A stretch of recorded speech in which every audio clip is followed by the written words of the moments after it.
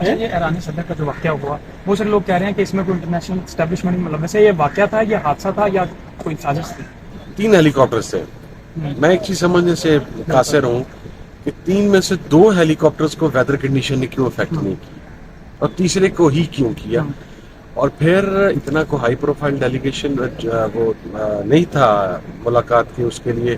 اور پھر 3 ہیلی کاپٹرز کے ہوتے ہوئے فارن منسٹر بھی اسی ہیلی کاپٹر کے اندر تھا. There are some suspicious elements in it. Obviously ایرانی گورنمنٹ کا کام ہے کہ وہ اس کو کلیریفائی کرے, ان کی انٹیلیجنس ایجنسیز کا کام ہے وہ اس کو کلیریفائی کریں. بٹ ریئلی انفارچونیٹ میری اپنی اسیسمنٹ جو تو ہے میرے پاس, I don't have any evidences for that, لیکن آپ کی ایک جو سکس سینس ہوتی ہے یا جو آپ کی فیلنگ ہوتی ہے وہ یہ ہے یہ کیوں ہوتا ہے کہ عالم اسلام کے اندر جو بھی کوئی طاقتور رہنما آتا ہے, جو عالم اسلام کی بات کرتا ہے, جو اپنے ملک کی بات کرتا ہے, جو مسائل کو حل کرنے کی بات کرتا ہے, وہ ان اے ویری اسٹرینج وے کبھی اس کا ہیلی کاپٹر کریش ہو جاتا ہے, کبھی اس کا جہاز گرا دیا جاتا ہے, کبھی اس کو پھانسی دے دی جاتی ہے, کبھی وہ اسیسینیٹ ہو جاتا ہے, کبھی وہ سوسائڈ بامبنگ میں, کبھی اس کو زہر دے دیا جاتا ہے.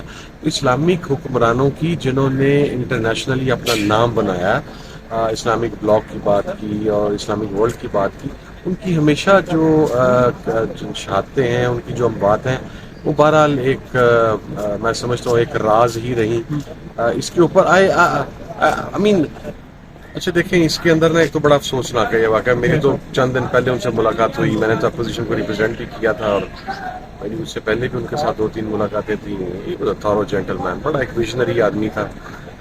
لیکن اس کے اندر میرا خیال ہے کہ آپ کو فوری طور پہ کسی کنسپریسی پہ جانا نہیں چاہیے, کیونکہ یہ ایشو کچھ چھوٹا نہیں ہے. اگر اس کے اندر کوئی ایسا ایلیمنٹ ثابت ہو جاتا ہے کہ انہیں اسیسینیٹ کیا گیا تو آپ کو پتا ہے پھر اس کے نتائج اس خطے کے لیے بلکہ پوری دنیا کے لیے بڑے سنگین ہو سکتے ہیں.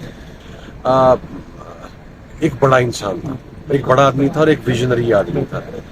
اس کا لاس نہ صرف ایران کا بلکہ پورے عالم اسلام. آخری پنجاب میں آپ جلسہ بھی ظاہر آپ نے کروانا ہے, کہا جا رہا ہے عمران خان صاحب کہتے ہیں ہم نے پنجاب میں ہم کافی سلو جا رہے ہیں, وفاق میں فائٹ ہم کر رہے ہیں, اس والے سے انہوں نے تحفظات کا اظہار بھی کیا ہے. دیکھیے پی ٹی اے کے حوالے سے اگر کوئی بات عمران خان صاحب نے کہی ہے تو یقیناً صحیح کہی ہے کہ میں اس کو ڈینائی تو نہیں کر سکتا. وہ اس پارٹی کے سربراہ ہیں, میں پی ٹی اے میں شامل نہیں ہوں, میری اپنی پارٹی ہے.